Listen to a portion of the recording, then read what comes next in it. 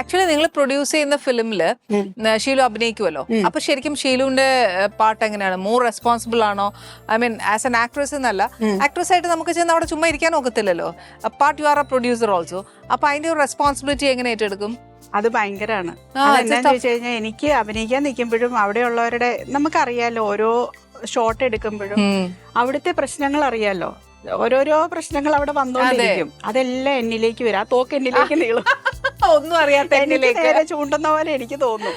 ഇവൻ എന്നോട് അവര് പറയണമെന്നില്ല, ബട്ട് സ്റ്റിൽ അയ്യോ അവിടെ അന്നൊരു പ്രശ്നമുണ്ട്, ഇന്നുണ്ട്, ആ ലൊക്കേഷനിൽ അത് ശരിയായിട്ടില്ല, ഇത് ശരിയായിട്ടില്ല എന്നൊക്കെ പറയുമ്പോഴും ഞാനത് എന്റെ തലയിലേക്ക് എടുത്തങ്ങ് വെക്കും ഓട്ടോമാറ്റിക്കലി.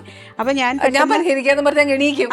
അപ്പൊ ഈ പെട്ടെന്ന് അല്ലെങ്കിൽ ഇവരുടെ എല്ലാം മുഖം മാറുന്നതും ഇവർക്ക് ഇറിറ്റേറ്റഡ് ആവുന്നതൊക്കെ ഞാൻ കാണേണ്ടി വരുവാണ്. പിന്നെ അവരുടെ കംഫർട്ട് സോൺ നോക്കണം. ബാക്കി കൂടെ നമ്മൾ വിളിച്ചിട്ടുള്ള ഈ പറഞ്ഞ സോക്കോൾഡ് നടന്മാരുടെ നടിമാരുടെ ഒക്കെ കംഫർട്ട് സോണ്, കംഫർട്ട് ലെവല്, അവർക്ക് വരുന്ന അവരുടെ ഫുഡ് കറക്റ്റായിട്ട് കിട്ടുന്നുണ്ട്, അവർ ഹാപ്പിയാണോ, അവരുടെ കാരാവനും എല്ലാം ക്ലീൻ ആണോ, ഇതൊക്കെ എന്നിലേക്ക് നീളുന്നുണ്ട്. ആ ക്വസ്റ്റ്യൻസ് ഈ പറഞ്ഞ പോലെ ആസ് എൻ ആക്ട്രസ് ഒരിക്കലും നമുക്കൊരു ചെയറിൽ ചെന്നിരിക്കാൻ ഒക്കത്തില്ല. ഒരിക്കലും ഇല്ല. ഞാൻ എന്റെ സിനിമകളിലെല്ലാം ഞാൻ ഒരുപാട് സ്ട്രെസ് അനുഭവിച്ചിട്ട് തന്നെയാണ് അഭിനയിച്ചിട്ടുള്ളതും.